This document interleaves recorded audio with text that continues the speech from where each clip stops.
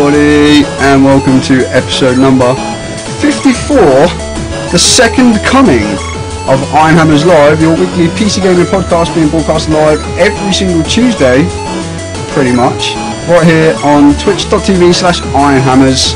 And let me just explain very quickly, before I go any further, the second coming, for anybody that wasn't here before the show, where I explain a little bit.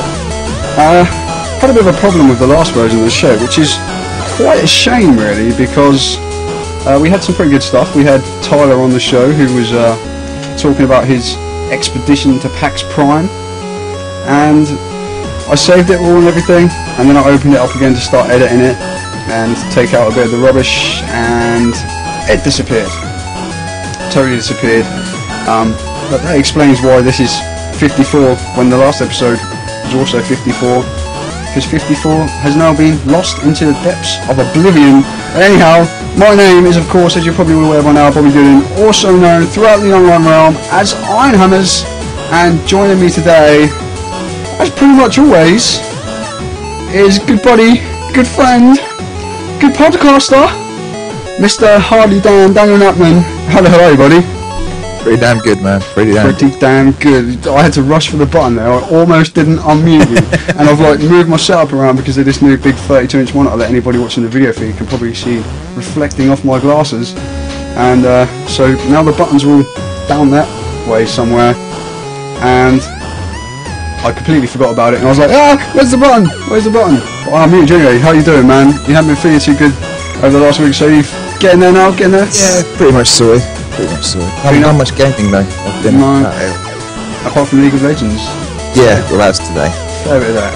So you're finally feeling a little bit better. Anyway, that's good to hear, man. Never good to be feeling poorly, is it? Not at all. Never ever. Anyhow, we've got plenty to talk about this week lined up for you during the show. We'll be talking about EA offering refunds on a PC game, which they've kind of botched a little bit by the looks of it. We've also got Starbreeze Studios are going to bring back Syndicate, but not quite how we remember it. And also, Dan's got a little story about Blizzard. And, of course, news today from the Build conference type thing that Xbox Live is coming to Windows 8. So let's get straight in with this week's PC Gaming News.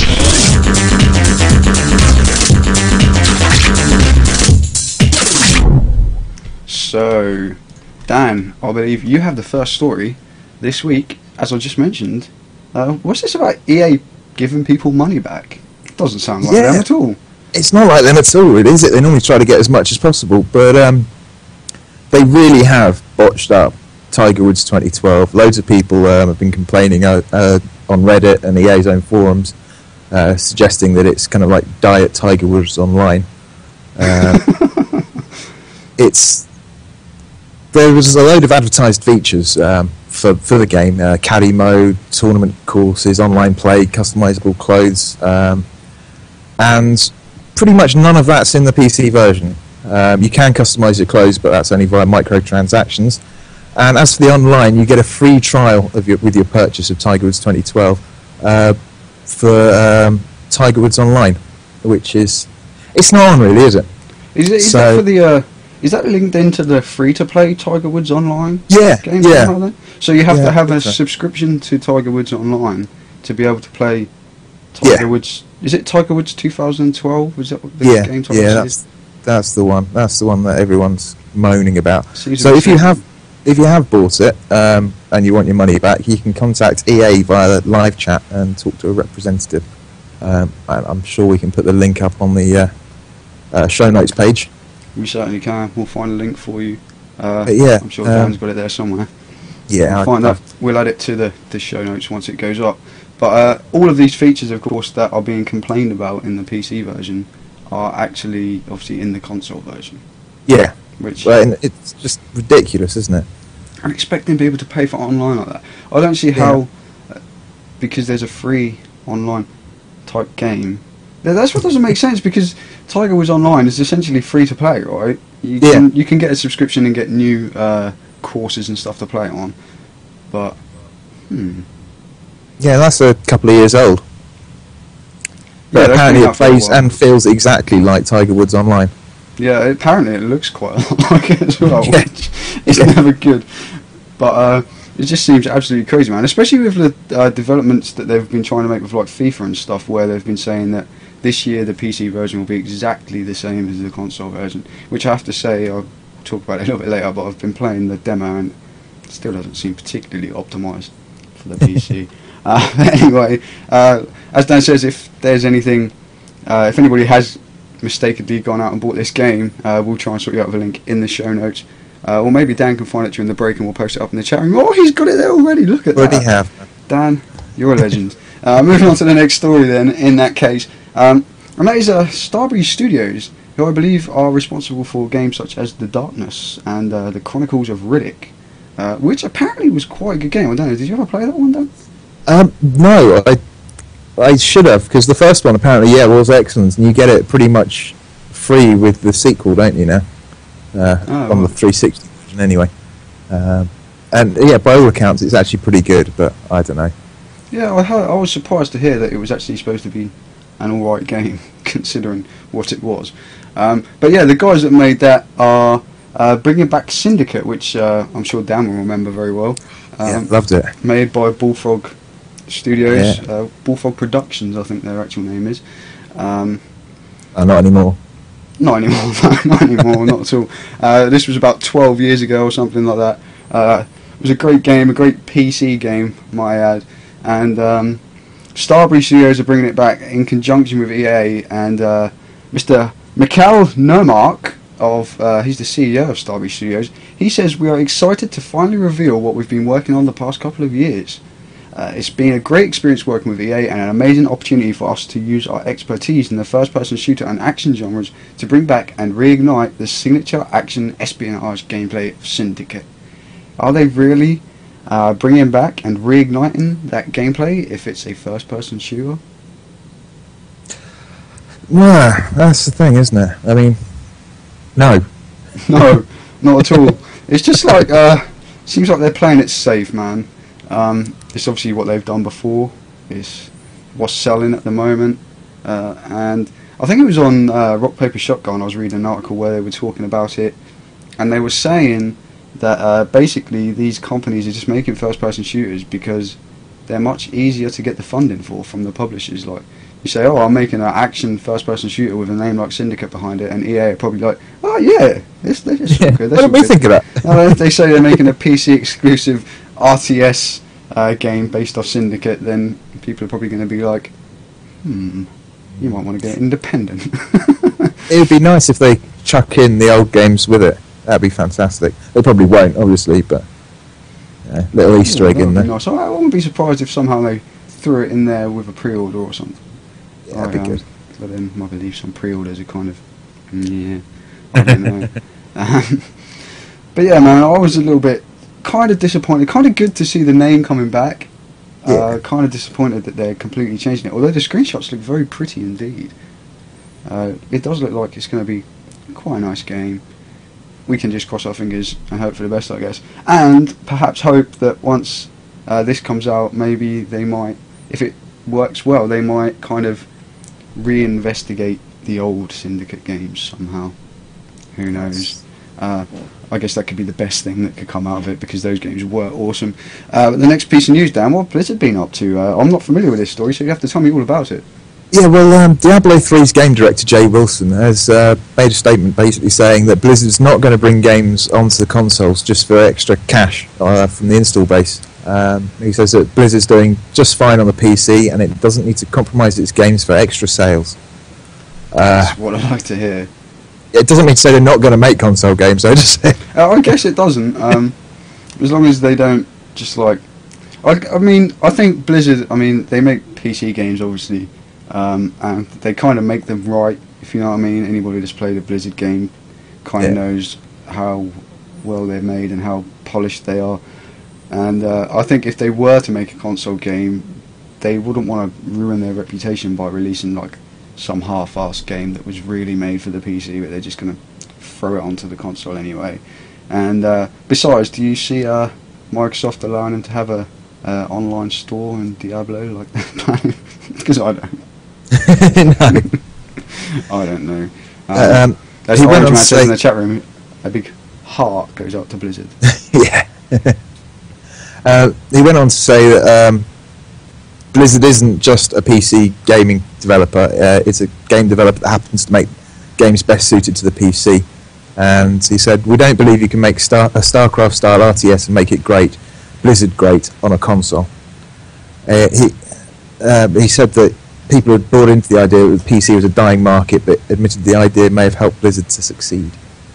And he's also said that if people think you can't make money from the PC, they should take a look at Blizzard as a symbol. They should really be asking why they're so successful. It's primarily because of the quality of the games, but when you have a high quality product, very little competition and a high install base. Exactly, man. Yeah, it's, you know, they've basically cornered the market, much like Steam have, in a way, for retailing games. Totally, man. And I mean, but Blizzard aren't the only people to have done it. I mean, there's other people out there, like, look at it, Tripwire Interactive, for example. I mean, obviously nowhere near as big. That comes to mind because, of course, Red Orchestra 2 released today, and I've been waiting for it to unlock all day while I've been sitting here thinking, I'm going to play some Red Orchestra 2 before we do the podcast, and then it unlocks just as I get onto the call with Dan. So, yeah, if you suddenly start hearing, like, mortars and stuff going off, I've just jumped into a quick game, probably. But, yeah. Blizzard, I mean, if they just prove that if you make a PC game right, you will sell it. Well, and if you kind of half-assed do it and port it from a crappy console game in the first place, then PC gamers aren't going to sort of buy it. They're going to want their money back. As EA have learned. Yeah. Well, he's got a point, though, hasn't he? I mean, StarCraft 2's apparently sold more in its first week than the first StarCraft did in its entire lifetime. Fastest selling RTS game of all time. Yeah, it's sold like nearly 5 million units, isn't it? I believe by now that could well be the case. I'm not sure on the exact numbers. I think it pushed 1 million in the first week or something. It's crazy. But look at the game, man. It's fucking amazing. Yeah. It is absolutely amazing. I love it. There's so much stuff in there. I'm crap at it, but I love it. Yeah, that doesn't matter though, does it, man? Like, you can absolutely play StarCraft, take an absolute beating, and come out of it thinking, I actually learned something out of that. I might actually be better. I've said it a million times before. Well, I learned loads today playing LoL. Took 5 minutes to read a build on a character and started planning that, and worked fine. Nice. And I guess that was Ash, as you were saying about before the show. It was indeed. I like her. To the point where I'm even considering buying a skin for her. Ah. Who knows? Not that I play it that much, but, you know. Anyway, welcome to a few new people, Kryptonians and Superstardust in the chat room there. Thanks for coming along. Good to have you here. And welcome to everyone else who was here before the show. We spoke to you guys beforehand. But the next piece of news, and this is kind of the interesting one, man. It literally came about just about half an hour before the show. I had a different news story lined up for this slot, because we pick 2 news stories each every week, as anybody who's not familiar with the show wouldn't know, obviously. So for your benefit, I had the news of Space Marine not being on Steam in the UK lined up for this story, which I will say I actually managed to blag it on Steam because I was extremely lucky and I won it from an AMD Gaming Twitter competition type thing, where they asked us to name a game that Relic Entertainment had developed aside from Space Marine, and I was the first one in there with Dawn of War. Yeah, take that, people. Steam code for Space Marine for me. Anyway, I had a big rant lined up about that. There's already a big rant in written form on the website if you want to go check that out. But just before the show, this came about, so I thought we'd swap it around as soon as it was breaking news. And that was, it came from the Major Nelson blog, straight from the Build conference. She's going on, I believe it's in the US, I'm not entirely sure to be honest. But they've been showing off some Windows 8 stuff, and there's a Windows 8 developer build coming out later on tonight for anybody that might be interested in that. I will certainly be checking it out just for laughs. I wonder how games will be going on there. That's my first thing I'll be checking out. Anyhow, Major Nelson says we are confirming that we will be bringing Xbox Live to the PC with Xbox Live on Windows. We are very excited about Xbox Live coming to Windows 8. Xbox Live brings your games, music, movies and TV shows to your favourite Microsoft and Windows devices. Bringing Xbox Live to Windows 8 is part of our vision to bring you all the entertainment you want, shared with the people you care about, made easy. At Build, we are showing that it is easy for developers to create games for Windows 8 that take advantage of the power of Xbox Live. we have much more detail to show about the capabilities of Xbox Live on Windows and look forward to the opportunity to do so in the future. It's that sentence that gets me. We're showing that it is easy for developers to create games for Windows 8 that take advantage of the power of Xbox Live. Guess what? It's even easier to create a game for Windows 7 that takes advantage of the power of Steamworks, and Steamworks is free for developers. What's going on, Dan? I don't know. I don't want Xbox Live on my Xbox or on my computer even. I don't want it on my Xbox. Exactly. I just hate to see where this is going, man. With Microsoft like killing PC gaming with this statement. Like, what are they doing? I don't know what is going to happen. I really don't know. If it means Xbox games will play somehow on the PC, I don't know, because it says Xbox Live brings your games, music, movies and TV shows to your favourite Microsoft and Windows devices. That's what the internet does for me already. Yeah, exactly. That's what just about basically anything does on Windows. I don't need Xbox Live to be able to play games on Windows, and in fact Games for Windows Live has proven that I really don't need it, and I hate it, and I don't want it. But guess what, Microsoft? You had your chance with Microsoft Games for Windows Live. Yeah, and you screwed that one. Totally blew it. What are you playing at? I don't know. Any opinions in the chat room coming in? Well, I think when they say the power of Xbox Live, they mean the power to squeeze more money out of people. That's buying avatar items and buying games with their licensing on it, and yeah. Eddie in the chat room there says, if I wanted Xbox and its community, I'd waste money on the console itself. Makes sense. Let's see what happens when they try to bring an Xbox Live Gold subscription into the equation. Riot, who's with me? I want to see tables flipping in the chat room. Yeah, I don't know. Obviously the news is like, that it had been rumoured, we kind of knew it was coming. And still we don't really know much more than what we had kind of assumed from beforehand, so I guess we just have to wait for more details. I wonder if there's any remnants of this Xbox Live stuff in the developer build, because I'd love to get a little look at it out of curiosity's sake. I'll probably see it and be like, my eyes, they're burning! But I don't know. Don't need it, right, Dan? no, Just don't need it. I have to buy a Mac. And that might be the way it goes, man.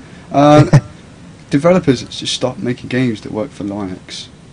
Yeah, All will be good. And I actually, just to throw a quick little mini news story in here before we go into our first break, I read a story that there's a hack that you can now use on Live on Linux. So if anybody is really that desperate to play games on Linux, which I kind of am, not quite desperate enough to play on Live games with Linux. But it's a kind of step in the right direction, I guess, man. Although it still utilises a hack to be able to perform it, so we'll have to see what happens. Anyway, that's our news for this week, guys. So we're going to take a very quick break. We're going to give you a quick opportunity to have a little bit of fun in the chat room there, and take a guess at what video game this music we're playing during the break comes from. It's not necessarily a PC game. It could be any game from past times. Maybe something from our beloved childhoods. That could be a hint. Maybe you'll know what it is. But you can take a guess. It's a remix. But before we do take a break, if you haven't answered our question of the week yet, do head over to the link in the chat room, which hopefully I've still got in my clipboard so I can paste it. There we go. Click that link, head over to there, leave a comment at the bottom. If you need approval, I'll approve them during the break. And later on in the show, we'll be reading them all out. We want to know what you think about buying games from retail stores. Have you walked into a retail store lately? What is a video game retail store? I'm not so sure I remember. Anyhow, go over there, answer that. In the meantime, we're going to take a very quick break. We'll be back in around 3 minutes or so. So we'll be right back to talk about what we've been playing this week.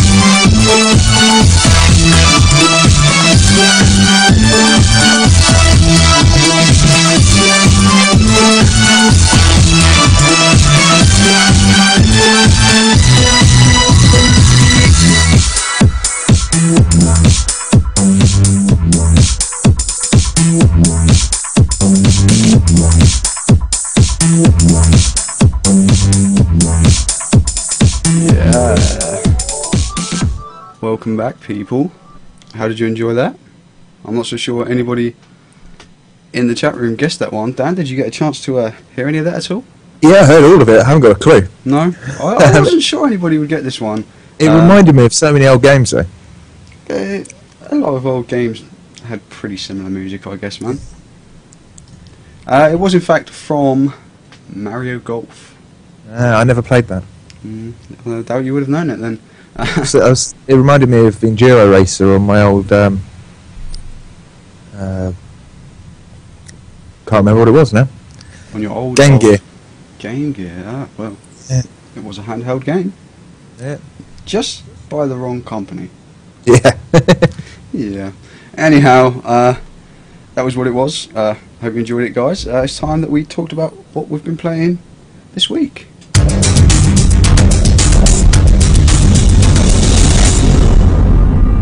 So, this week, I'm going to try and do something a little bit clever this week, Dan. Normally, I'll list what I've been playing.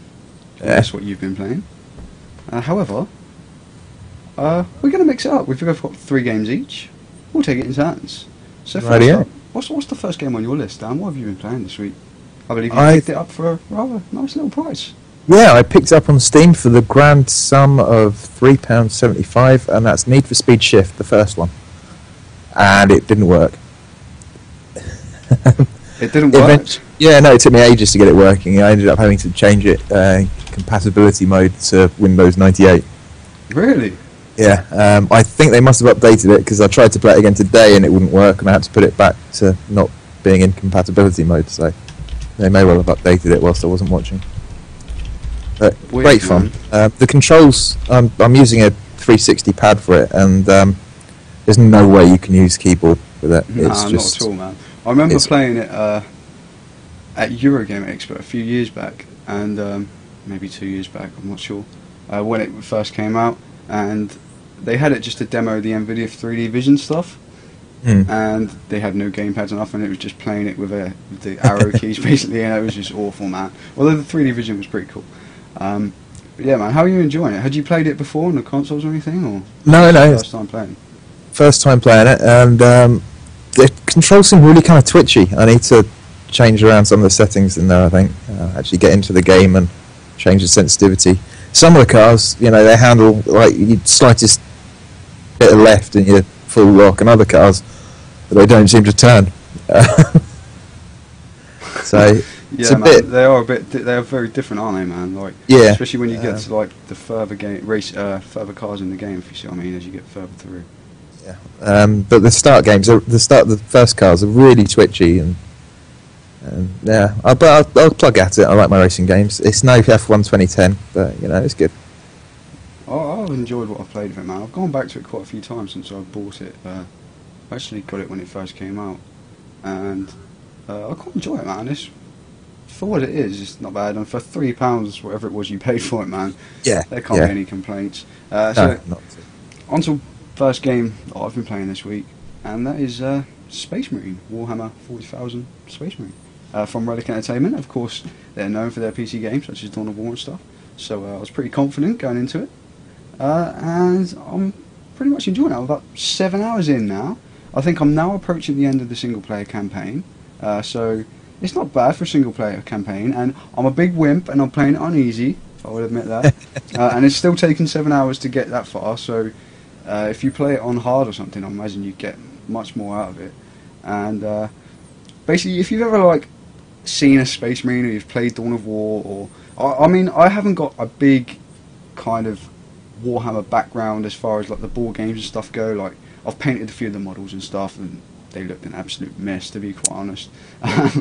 But it was always fun to do, and they always looked really cool. But my experience is more from playing the first Dawn of War, and not so much Dawn of War 2, but I have played that as well. And I mean, Space Marines are pretty fucking cool, right, man? You can't disagree with that. And so if you've ever kind of seen a Space Marine and just thought, they're pretty cool, I wouldn't mind, you know, donning that suit and being like 7 or 8 feet tall or whatever they are, because they're pretty huge. And it basically lets you do that, man. You become an Ultramarine, and you literally go around with your weapons, and you just hack the shit out of orcs, and later on in the game, Chaos Space Marine type people turn up, and there's an interesting mechanic between the long range and the short range type stuff. Like, you've got ranged weapons like a third-person shooter type thing. A lot of people have kind of mentioned Gears of War in comparison to it, but there's none of the cover-based stuff or anything. Space Marines don't take cover. What are you talking about, man?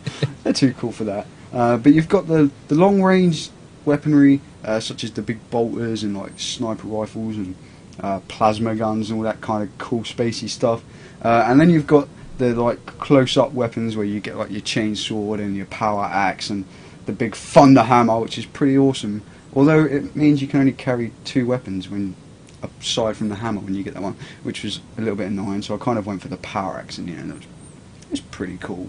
But the close-up fighting is really good. The only thing I found was a bit odd was that I had a bit of a tough time making a choice, because when you're in the close-up combat, you're playing like, it's kind of like a beat-em-up type style, kind of like Batman Arkham Asylum type combat, you know. And it kind of really is suited towards a control pad, you know. Whereas the third-person shooter aspect works really, really well with the mouse and keyboard. So I was kind of a bit lost for what to use. But seeing as I wanted to get in there and just cut up orcs, I went for the 360 pad. Maybe a little bit controversial on a PC gaming show, and how much I rant and rave about my mouse and keyboard. But it works well with either. It works well both ways around. Just the close-up stuff felt a little bit weird with the type thing. And Eddie in the chat was saying Warhammer 40k dates back to the 80s and Gears of War 2007. I was meaning more the actual the gameplay, like the third-person shooting type gameplay. People say it's kind of similar to Gears of War, but it's really not. There is the close-up combat, I guess, in Gears of War 2. But it's just really fun just to get in there and just hack up orcs. It gets up a little bit repetitive, but I will say to anybody that's playing it, it kind of, you know, when a game is getting a little bit repetitive, and then it will kind of do something that kind of makes you go, oh wow, I want to keep playing again now. It does that, but it kind of pushes you right to the edge before it does it. Like, you're really thinking, more orcs to hack, and then like, really, when you're just about had enough, then it introduces something, and you kind of get back into it. I don't want to give too much away as far as the storyline and that goes, but I've been having great fun with it. Like I say, I'm about 7 hours in. I haven't touched the multiplayer yet, which is a whole other aspect. I can't imagine that's going to be the best part of the game. I imagine the single player is quite good in comparison to the multiplayer, but I'm just thoroughly enjoying it, man. Like, you just want to get in there and cut stuff up. And another interesting mechanic is the health mechanic, where you lose your shields and then you start losing health, and your health doesn't recharge, but to regain health you have to do like a special attack on an enemy where you stun them, and you do like, you must have seen it, if anyone's seen the trailers, you'll have seen these almighty things with chainsaws going through orcs and lifting them up in the air and all that kind of good stuff, and like stomping orcs' heads into the ground, and it's pretty brutal. Like, you come out of it kind of like Dragon Age, you come out of each battle covered in blood and stuff. It's pretty gory. That's what we like. And the health mechanic, to do these special moves you have to get in close and stun them. Like, if you stay back and just use the ranged weapons, and you start getting shot at from like the orcs with rocket launchers, and you get the Chaos Marines with their big old plasma rifles and stuff, and you'll lose health, but the only way to regain your health and not actually die is to run towards the enemy, which is really interesting kind of twist on the gameplay. I don't know if any game's kind of done that thing before. I haven't seen it before. It's brand new to me, and I thought it was really interesting. But overall, I'm having great fun with it. Like I say, I'm about 7.5 hours in or so, and I think I'm just nearing the end. Kryptonian's asking the time, do you have to be Space Marines? You do have to be. You have to be the Ultramarines in single player. In multiplayer, you can be Chaos Marines or Ultramarines. And I will say there is another little group of Marines that shows up towards the end of the game. You can probably guess who they are. They're one of the other big popular ones. But yeah, you can't play as orcs or anything like that, or like you can in say Dawn of War or something like that. There's nothing like that. But it would be kind of cool if maybe the next one we got Warhammer 40k orc boss or something, and you get to play as like a big orc. I don't know, maybe. I think this one's been pretty successful. So that's my take on that. If you've ever wanted to like be a Space Marine, this game does exactly what you'd expect it to. So you'll probably thoroughly enjoy it. If you're not so much into it, I'd say it's definitely still worth checking out. Maybe wait till the price comes down a little bit. I don't know. But Dan, F1 2011. Yeah, I've actually no, that's a typo. It should be 2010. I was about to say, I was like, I'm pretty sure that releases on the 23rd of September. Yeah, I'll be buying that at Eurogamer. But yeah, now I've been playing F1 2010. Basically practicing for the tournament I'm entering in a couple of weeks' time. Nice. So yeah, it turns out I'm absolutely crap at racing in the wet. The handling is absolutely awful. It's pretty unforgiving in that game, man. Yeah, but then I'm racing for Lotus, so it's, you know, crap car anyway. So yeah, it's still fun. Really enjoying it. Work, man. You know what they say, Dan. You know what they say. It really pissed me off though, because it was pissing it down on this track, and so I went out with a full wet setup. Then halfway through the race, it dried off. So everyone else was faster than me, and I was like, "Damn it! Too much wing." These are the decisions that count in Formula One, man. Yeah. Yeah, I'm sure it's good fun. Nothing really groundbreaking. I'm sure. No, well, it's a year old. But you've been playing something quite new, haven't you? I have. Well, it's so new that it didn't release until we got on this call officially. But I've been playing a bit of the beta. That is Red Orchestra 2. I can't even say it. Red Orchestra 2, Heroes of Stalingrad. And that is, of course, from Tripwire Interactive, who started off way back in the day as a little modding team for Unreal Engine. Still making games on Unreal Engine now. Well, this is their first like full, proper, big type budget game. And I've been thoroughly enjoying the beta, man. Like, the multiplayer is awesome. World War II is back, as I said in my preview over on Ironhammers. I used to love the old World War II games. Used to play lots of multiplayer World War II stuff back on the PC a while back. And then all the kind of Modern Warfare stuff come in. And I will admit, I jumped on it at first. I was kind of like, yeah, this is cool, man. Like, you know, M16s and all this kind of stuff. It's pretty fun. But there's a certain skill that comes with using the old World War II weapons that it doesn't kind of come across in the new like modern combat type games. And it's so satisfying when you get a headshot with an M1 Grand. Exactly, man. And it's a very tactical based game. Like, if you run into the middle of the like battlefield and just kind of think you're going to be cool, like you're in Modern Warfare, and I'm going to get like 20 kills and no deaths, like, it's not going to happen. Like, you need to play as a team to really get anywhere far in the game. It's all kind of tactical based, like holding positions and stuff. And whereas in most games, when you're holding a position, it's normally like there'll be like a certain point on the map where you have to hold. Like on this, in like the territory type games, there's actually like a big border on the map, and you have to have so many soldiers or more soldiers than the opponent in that area to actually capture the area, if you kind of understand what I'm saying.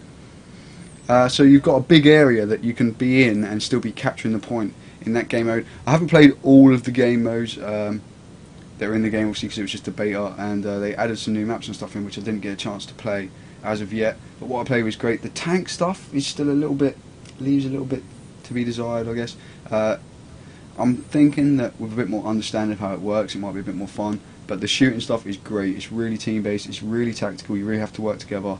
The way that players spawn in waves, like to try and simulate reinforcements. I mean, realism is like the key to this game. This is what they've tried to put into it, and they've succeeded in many ways. Like, and the classes and stuff. You've got like an assault class. There's the rifleman. There's like a supreme rifleman or something like that. Got a higher rifleman. His rifle doesn't have to, it's not bolt action, it's like semi-automatic or whatever. I'm not completely up on the weaponry terms, so I'm probably totally wrong there. And then you have like a heavy machine gunner, but they're all, and then you have a marksman who's like a sniper, but they're all limited to how many you can have for each class. So you'll have, like, say a server's like full, you'll have maybe like 4 or 6 like assault teams with like submachine guns, and then the majority of the army, just as it would have been in World War II, would be with like normal single shot rifles, and then you'll have like maybe 2 heavy machine gunners to lay like covering fire as you try and advance. And if you try and advance without covering fire, then it all falls to pieces. And then you have 1 marksman, as you would probably in real life in a squad that size, who can kind of pick off any stragglers and kind of spot enemies and stuff. And you have a squad leader and all that kind of stuff who can command where he wants you to go at a certain time. And I can really imagine that when it really takes off, like now it's launched, which, as I said, launched just as we started this call. I've been waiting for it all day. I can imagine, like, now all the servers are up and stuff. A friend of mine who's on Twitter called Lunatich, he's got a server running, so I'm going to jump in there. So there'll be a few people I know. I can imagine it's going to be absolutely great fun. There's 2 single-player campaigns as well. There's a Russian and German single-player campaign.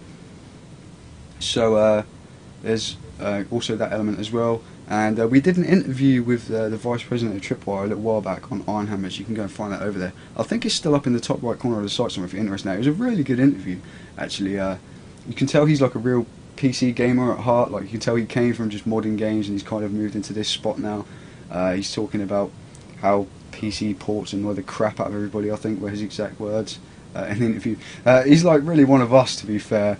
And it was a great interview, and he was saying, like, it was all about the realism, and it was all about creating something different that other shooters haven't really explored too much. And that's exactly what they've done. If you want to play like Modern Warfare run and gun style, don't even bother with Red Orchestra 2 because it's not going to work. But even the maps, something I said in my preview that I wrote as well, the maps, like, you really have to like, look at a map, and it doesn't look like a map for a game. Like, it's hard to explain. Like, you know how you play like a map on, say, Call of Duty, refer to Call of Duty because everybody knows it, and you can see on the map, like, you look at say an overarching picture of a map, and you'll see, oh look, there's a corridor here, and there's a kind of hold at the end of the corridor so that it's hard to get down that point, and you can see these different alleyways, and you can see how the map is designed to try and create certain scenarios, and it's kind of designed to kind of help and hinder the player in a gameplay kind of way.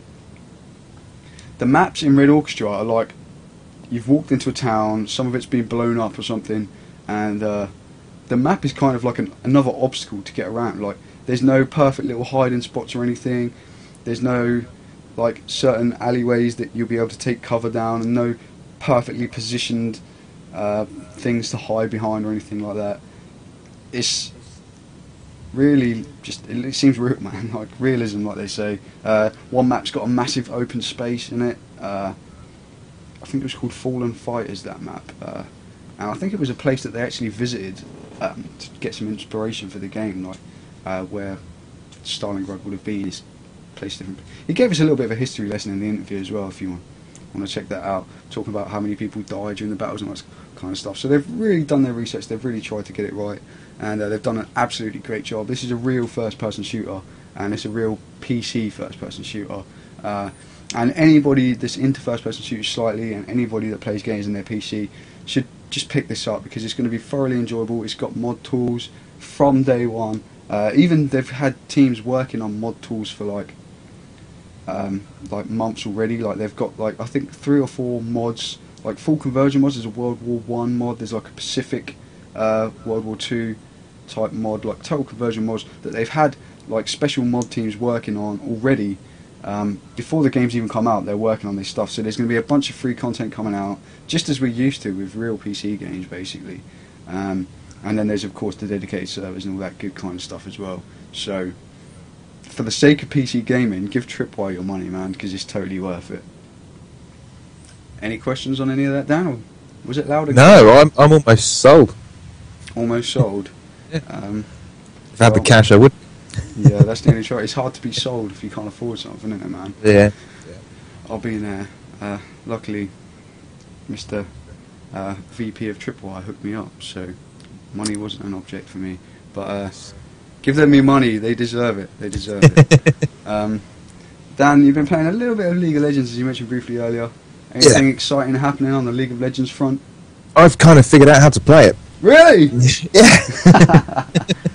You having more fun now you figured out how to play it? Or you? Yeah, definitely. I say kind of. It's still loads more for me to actually work on. But yeah, I'm actually not dying as much and killing more, so that's got to be a good thing. Yeah, it can only go upwards from there, I believe, man. Exactly. So. I've found, personally, when I've played it, like, one of the main keys of that game is just not to die. Like, yeah. If your team members don't die, you end up with a huge advantage, basically. Like, staying alive is a massive part of it. No matter how tempting it is just to try and kill people, like staying alive is almost as important as killing people, I guess. Yeah, because you don't want to end up with people that are even harder than you, because you've given them so much money from your deaths. Exactly. Yeah. Exactly. Yeah, I'm good fun game. Jump in there. You tried to get me yesterday, but I was watching some Starcraft at the time, and then I had to get on Space Marine. Yeah. I can't wait to actually finish it, man. I'm really looking forward to the ending of that game.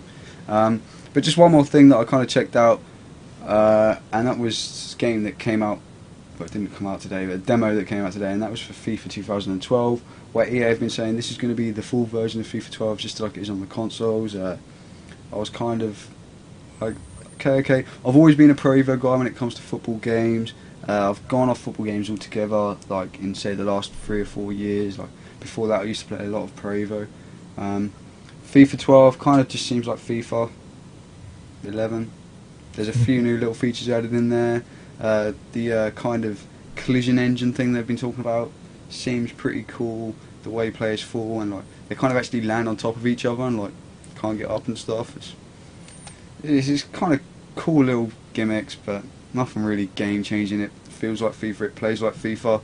It still doesn't run optimally on a PC, no matter how you change the settings. There's not all that many settings to change. It just doesn't quite feel right on the PC still. I'm sure if I download a demo on the PlayStation or Xbox or something, like it'll just run flawlessly because that's what they really made it for.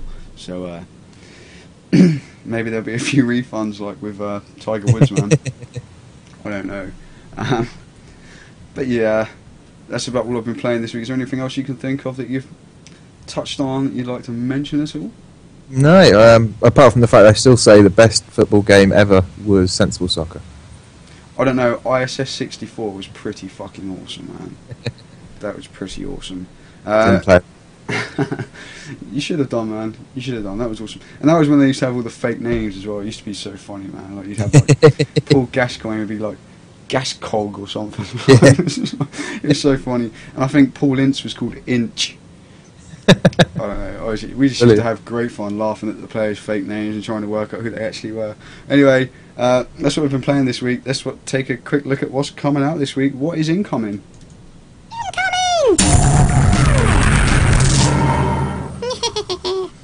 So, incoming this week, it's actually quite a week for PC games, man. A kind of momentous occasion today for PC gamers. There's 2 PC exclusive first-person shooters coming out today. Red Orchestra 2 being one that I've just spoken of, and the other is Hard Reset, which I did actually play a demo of, and it's kind of like a kind of Unreal Tournament-y, really fast-paced kind of thing. And there's this really awesome like menu system. You go up to like these upgrade machines, and rather than normally you see like kind of something appear or it'll go into another menu, it's all done from first person, and like you look at buttons and you can like interact with it just by looking at it, and this big hologram thing comes out around you and you can kind of look around. It's hard to explain, but it looks like a lot of fun. Like I say, I've only played the demo. The full game came out today, but they're both PC exclusive shooters. They both look very, very well made for the PC. They both look very much worth a purchase, and they both came out today. So what a day for PC gaming, man. It's pretty good. Indeed. It's pretty good. So depending on whether you want the slow kind of tactical Red Orchestra 2, or if you want the run and gun, blow the shit out of robots and stuff, Hard Reset or Red Orchestra 2, one of them has got to suit you. Both definitely look like they're worth picking up, man. They look absolutely great. And I just want to mention one thing about Hard Reset when I played the demo. It had an option in the menu. I've mentioned it on Twitter, and a few people have kind of been like, really? It's something I've never ever actually seen before. And it has all the usual changes. The first thing that a lot of people have been kind of excited about is it has a slider for field of view. PC games would be so used to going into the console and stuff to change their field of view, or going into like a configuration file or something. It has a slider for field of view, which is cool. But the other thing it has, when you go into the graphical options in the game, you can choose which monitor. If you've got a multi-monitor setup, you can choose which monitor from in the menus you want the game to display on. Like, you can have it on this monitor, or I can have it on that monitor. And that is something I hadn't seen before, and I was just like, it's such an awesome option to have. Like, normally if I want to play a game on my second monitor, I have to, like, before I start the game up, I have to go into my like Windows settings and make that my primary display, and then boot the game up. And then in the case of Need for Speed Shift, it just doesn't work. It crashes at boot unless I play it on my first monitor, which is weird. I don't know what's going on there. But you can just pick it in the menu, and I was just amazed by it. I was like, what an awesome option to put into the menus. And I'm sure it's something that's so simple for like developers to implement, but nobody seems to do it. I've never seen it before. I was just really impressed by it. So both great PC first-person shooters. Another PC exclusive, Trackmania 2 Canyon, comes out tomorrow from Ubisoft. As it's Ubisoft, you might maybe don't want to go there. I don't know, but it looks awesome, and I'm sure everybody's had huge amounts of fun with previous Trackmania games, because Trackmania Nations is pretty damn good. That comes out tomorrow. That's the 14th of September. Finally, we have the boxed edition of Star Ruler, which comes from Iceberg Interactive. It's like a space RTS type kind of thing, and spaceships. It comes out on Friday here in the UK, which is the 16th of September. And they're adding new features into the box version, which will be on the disc, and at the same time they're going to patch the new features into the digital version, which has been out since like late 2010. So it's been out for a while, but Iceberg Interactive have taken on the publishing rights, and they're going to release an actual box copy, maybe sell a few more copies. I haven't played it, I don't know what it's like. Space RTS, could be good, could be bad, could be really shit. It's going to be Starcraft, is it? It's not going to be Starcraft, and it's more like kind of commanding a fleet of like ships, like in the middle of nowhere. Like, there's no kind of land battles and stuff, from what I can see. What? I don't know, but yeah, if you kind of want to command a spaceship, I guess it could be alright. Can you make a pick out of those 4 games for this week's pick of the week, Dan? What would you probably go with? For me, it would be Trackmania 2 Canyon, I think. Trackmania? Yeah, well, you know, I'm a sucker like for driving games. I've got back into racing games recently, and it's just at the right time. Nice. So, and, that's what I'd go for. not a bad price over. I think it's like £20 or something, as are Hard Reset and Red Orcs 2. They're all around about that £20 mark, which is a good price for a game, and they're all PC exclusive. And so is Star Wars. So we've got a bunch of PC exclusive games this week. Who said PC gaming was dying? I don't Yeah, and see you it. can get all of those for what, 80 quid? Yep, that's the cost of Gears of War Collector's Edition probably when it comes out. Yeah. I don't know. All fool would buy that. Super Starless will say in the chat room, I'm sure. All I've seen is her tweets about Gears of War just lately. But my personal pick would be Red Orchestra 2. It's my kind of first-person shooter gameplay. And as I've said recently, it was a genre that I kind of had enough of. But a few games recently have kind of brought me back into it. And this is the one. I'm going to play this a lot, man. There's no doubt about it. I'm going to play this a lot. And having people running servers that I know and that, it's just going to entice me to play even more. So if anyone wants to play with me, you know how to find me on Steam. Get on there, shout me up. We'll play some Red Orchestra 2, and it'll be fun. And I will probably suck. I tend to do a lot at first-person shooters, but I have a good time. And when they're more tactical, you can kind of get high up on the leaderboards without having to kill too many people. It's like, I held this position for absolutely ages. I'm looking good. It was camping. That is great. It's great. That would be my pick of the week. Dan takes Trackmania. But on that note, we're going to take another quick break. This time, we're not kind of doing the whole guess the remix type thing. A little bit of a surprise for you, Dan. I'll let you can't wait for this. Actually, we've got some music from a little indie game, which is still kind of in its development stage at the moment. I think it comes out in a few months' time. And that is, some of you may have heard of a little RPG called Grotesque Tactics. Came out a while back. Now they're making Grotesque 2. It's actually called Grotesque Tactics 2 Dungeons and Donuts. I don't know, but they actually released like special little release of a few tracks off the soundtrack. It's kind of RPG-like, as you might expect. So take a listen to it. Hope you enjoy it, and maybe check out Grotesque Tactics 2 when it comes out. And we'll be right back just after this to talk about our question of the week, where we ask: do you ever go in brick and mortar retail shops to buy your games anymore? I don't know. We'll find out. The question is over on Ironhammers if you'd like to go and answer it. We'll be right back. We'll see you very shortly.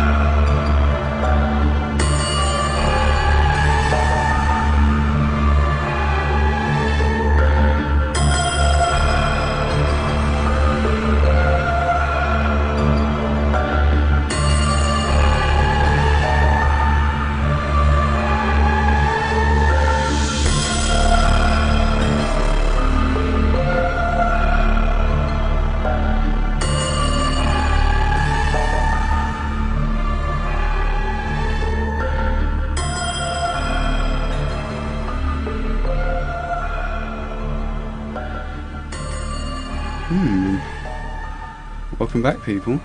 That was a little bit different, wasn't it? Don't know whether it tempted you to go and check out Grotesque 2, Dungeons and Donuts. Perhaps it did. Dan, did you catch any of that? Yeah, I did, and then I went and had a look at the Silent Dreams site and watched a bit of the video. How did you find it looked? It looked great. It does look alright, doesn't it, man? Yeah, It looks I think I might have to get that. quite fun. Oh, I will admit, I did try and play the first Grotesque Tactics. I could never get it to work on my computer. It just crashed. Don't know what was happening there. I haven't tried it for a while. I'm assuming they've fixed it by now. There was a few people having the problem at the time, but I kind of never had the urge to go back and actually check it out.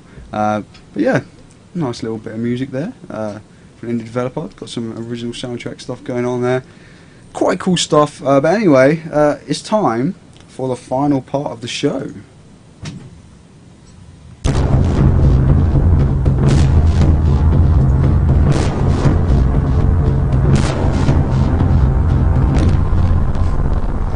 Yeah, question of the week time, people. So, this week, as I mentioned a few times in the show, I asked you guys to tell me, do you still buy games at retail stores? Because it was all spurred on by this whole Space Marine thing that I kind of mentioned earlier on in the show. We believe it's because of game making complaints about Steamworks that Steamworks games are not available on Steam in the UK, which is just downright ridiculous if you ask me. They're Steamworks games and you can't buy them on Steam, but then you buy them and they have to be used on Steam to be able to play. It's all stupid. But I was wondering, as I said on the website there in the question, perhaps you love getting a box of manual. Maybe you're like me and always look for the digital version first, or maybe you just go with whatever's offering the best deal at the time of purchase. So Dan, our first respondent here, Mr. Lunatich, what did he say? He says, I bought Space Marine off shop2.net because I'm smart like that. Just kidding. This weekend, one of my mates came up, saw Space Marine and thought, I need that game. So he went out to buy it. Also, we thought. First stop, Tesco. Needed some shopping as well. No PC version. Yes, both console versions. Second stop, Blockbuster. PC version only if you pre-ordered. Console versions, plenty. Third stop, Game. PC version only on pre-order. Plenty of console versions. This was the full day after UK release. So no, I don't buy retail games anymore. Pre-ordering online gets you the item quicker, cheaper, and usually you get a nice shiny bonus. Fair play. It's my argument all along. Yeah. As I said, I had a rant about, if you go and read it on Ironhammers, I had a bit of a rant about the whole Space Marine thing and how Game have just basically dropped every PC game from their stores. You go in there, like, I think my exact word is you go in there like some sort of crack addict, like looking for your PC gaming thing, and everyone's kind of looking at you like, PC games? Who's that weirdo? He wants PC games. Hey guys, there's a guy here looking for PC games. Kind of like all backing away from you. And I've heard other people, one chap I was chatting to on Twitter the other day said he asked about a PC section. It was Fodder, who's a good friend of mine now via Twitter. As good of friends as you can become via Twitter, I guess. We'd be chatting on Steam, playing games and stuff. He was saying he went into his local game and he asked where the PC section was, and the store guy just outright laughed at him, like, you know. And then they had the cheek to complain that we're buying games that use Steam. Go figure. Anyway, Diego Santana says, I prefer to buy a digital copy because it's cheaper. Example, 2 years ago I bought Battlefield 2 for... I don't know what this currency is. Dan, do you have any idea what this currency is? No, but I'll tell you what, I'll Google it. I think it's from Europe somewhere, like Eastern Europe somewhere. Reas or something. It's Reais. I don't even know how you say it. But he bought it for 12 of those anyway. Brazilian. Brazilian, is it? Oh, right. Yeah. He bought it for 12 of those units of currency on Steam. For the physical copy of the game, the price was 100. Or was it 120? I don't exactly remember. And then he adds in a second comment, the normal price on Steam is 40 units of Brazilian currency. He bought it in a promotion. So yeah. What about the one and only Simon the Diamond Ivanov? Good old friend Simon. He says, when it comes to PC games, I'll usually buy all of my multiplayer games on Steam, as I want to have the full Steam experience without having to import the game. When it comes to a 5-star title or a single-player game, I want the box, booklet, stupid little advertisements, and any and all packaging. The same rule applies to my console game shopping. I will always have that collective mentality from being an 80s gamer. Kicking it old school. Mike says I buy exclusively online now. I used to buy in store when Game used to do the 3 for £10 offer, but now I can't find anything except chart games in there, so I don't bother. And World of Warcraft, I guess that's probably still in the charts as far as PC games go. It's always cheaper somewhere on the net. Yeah. Ian, he writes saying, I just go to Steam now. I know it can be a little pricey, but what's the point of going to a shop that may not have what you want? Chances are they won't. John Edwards says, isn't he an Olympic gold medalist? Yeah. Good to have you, buddy. He says, I rely on retail stores due to my ISP's throttled 1.5 meg connection. 150k download rate on the best days. Jesus.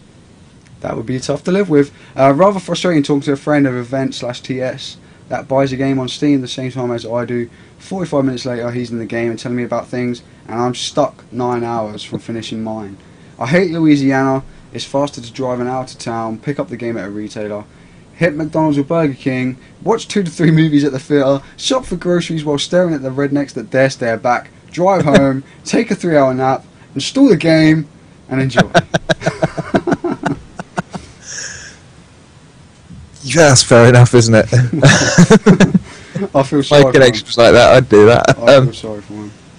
Good old Steve JSS Lifelike even from thegamesman.com says every full-priced PC game I buy comes from a retail store. I'm an old codger who likes buying something physical and shaking his canes at digital whippersnapper customers. And using his little discount voucher thing for... Yeah, he loves that discount voucher for I can't remember GameStop. which company it was, but I remember him talking about it. And finally, although I believe finally, I'll just check there's no more came in.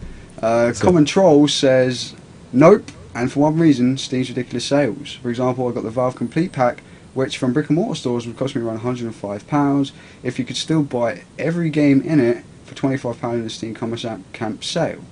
Win? I think so. I think so too, man. I have to totally agree. Eddie in the chat room there is saying, no, I am not. I'm assuming that was him who I refer to as an Olympic gold medalist. Yeah. Being American, he might not have got the reference. We had a triple jumper, I believe he was. Am I right, Dan? Do you know? Yeah. Yeah, born again Christian triple jumper. I think he even held a world record at one point. Yeah, he had the world record for the triple jump, surprisingly enough. Yeah. Really? He was an Olympic gold medalist triple jumper, but he had the world record for the pole vault. Yeah. Perhaps not.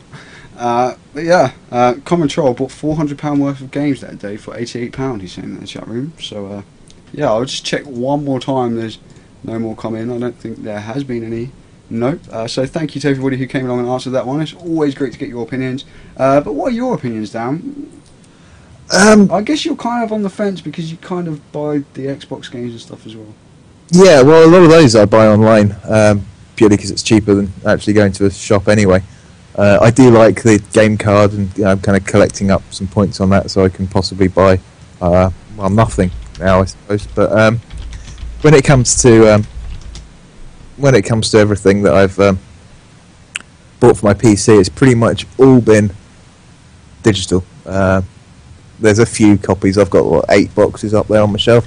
The other 40 odd games are just digital downloads. It just makes sense. It's so much easier than going to a shop that doesn't stock anything. Totally, man. I just refuse to go in there, man. After, I just can't believe that they can make such complaints about Steam and stuff when it's like you had your chance to like start selling things digitally if you wanted to, or even just try and compete with Steam from a retail sense. Because if I could just walk into town and pick up a game, have a good browse of what used to be a huge PC section of games, like it used to be like half the shop when you walked into a game store. It used to be like half PC games, and then you'd have like a few Xbox games and stuff on the other side. And then I went in there one day and it's just like a shelf in a dark corner at the back of the store, and you kind of, as I say, wandering, kind of looking around, like there's all these big shiny green boxes and for Xbox games, and then you've got all the Blu-ray ones over here, and all this kind of stuff. And you're looking at the PC games, and there's like a couple of copies of The Sims, and maybe World of Warcraft, and God knows what else. Like one of those like budget racks was like, you know what I mean, the little spinny things, and they've got like the most awful games imaginable, like some remake of Frogger or something. And it's just like, you're complaining because I want to buy games on Steam, and you're giving me this kind of service. Like, what is going on? I think there was one more here that I did miss. We got Mr. Kryptonians in the chat room there saying that he had left one and we hadn't read it, but I can't find it anywhere. But I did find one from DJ Leroy, so would you like to read it out, seeing as your buddy? Yeah, he says, as I was originally always a console gamer, I was always used to buying my games from a store. Now I've really got into PC gaming more, so I see myself visiting game stores less often, as I can make more informed choice from the comfort of my own home. Assuming he's paid his broadband bill, obviously. Also, Steam makes it very easy to keep track of your purchase history and game library. I've done digital downloads from certain sites before, and tracking the games and their codes down. Probably should have proofread that. If I need to reinstall for some reason, proved tricky. It keeps you up to date with new patches and all that good stuff. Saying that, I still have my Starcraft 2 box, and it's very pretty. So do I, man. It's right there, and it's one of the prettiest boxes you'll ever see. It's even got Velcro on it, man. What's that? That's all good. But when I opened this, I was just like, oh, look at that battle. I apologise. 32-inch reflection on the lovely glossy finish on that box there. It's so pretty, man. It's like, cheers, Blizzard. You done me proud. Yeah. But yeah, I basically buy digital games if I can't buy them digitally. Well, normally you can buy them digitally. It's very rare that you can't buy them digitally now. Occasionally, if it's something like, say, Starcraft or something like that, I like to have the box and things. And my webcam is sitting on a Total War Shogun 2 collector's box thing. Obviously, you couldn't have got this little statue guy sitting behind me in a digital copy. But it's all about the digital for me. And I think the digital is obviously the future. There's no doubt about it. And I think people like Steam totally deserve to have our custom. Not only Steam, Green Man Gaming, Gamersgate. I'm not so sure about Direct to Drive. They're a little bit scummy with their UK pricing system. Yeah. But Kryptonians, he was saying basically the game store near him has got 3 sections of old and new PC games. So he obviously doesn't live in Barnstable, because the game near me has got about 5 games.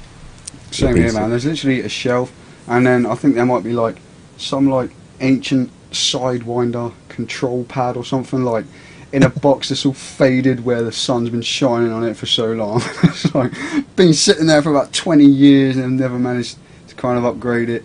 You know, I don't like it. I don't like it at all.